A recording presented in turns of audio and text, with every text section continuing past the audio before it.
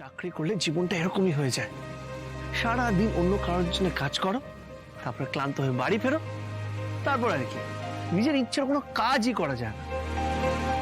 আমি তো দেখলাম বাবাকে সারা জীবন শুধু ওই চাকরি করে গেল, কি পেল? কিচ্ছু পেল না। রাজ, তোমার বড় স্বপ্নটা তো আর চাকরি করা না। চাকরি করে টাকা জমিয়ে তুমি ব্যবসা করবে। আর কত মানুষই তো নিজেদের পরিবারের জন্য কত কিছু করে।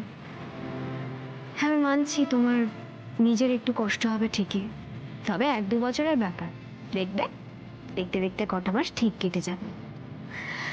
আর এতে তোমার ভালোই হবে, বুঝেছো? কোনো ক্ষতি হবে না। ওই কোম্পানিটা কত বড় একটা কোম্পানি বলো তো। আমি তোমায় বলছি রাজ, ওই কোম্পানিতে জয়েন করাটা তোমার জীবনের ভুল সিদ্ধান্ত নয়। শোনো, আমি চাকরিটা কেন করছি জানো? শুধুমাত্র তোমার জন্য। তোমাকে কথা দিয়েছি তাই চাকরিটা করছি, আর কোনো কারণ নেই। বলছিলাম আজকে অফিস না গেলে হয় না?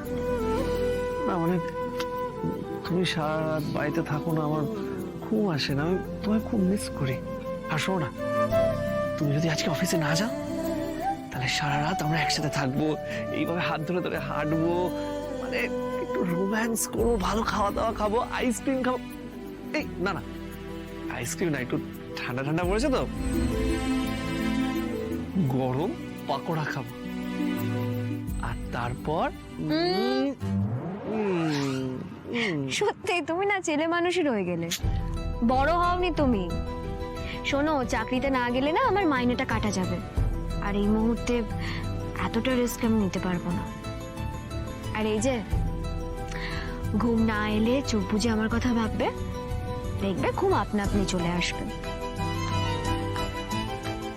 দাঁড়ান দাঁড়ান দাঁড়ান দাঁড়ান, সাবধানে যাও।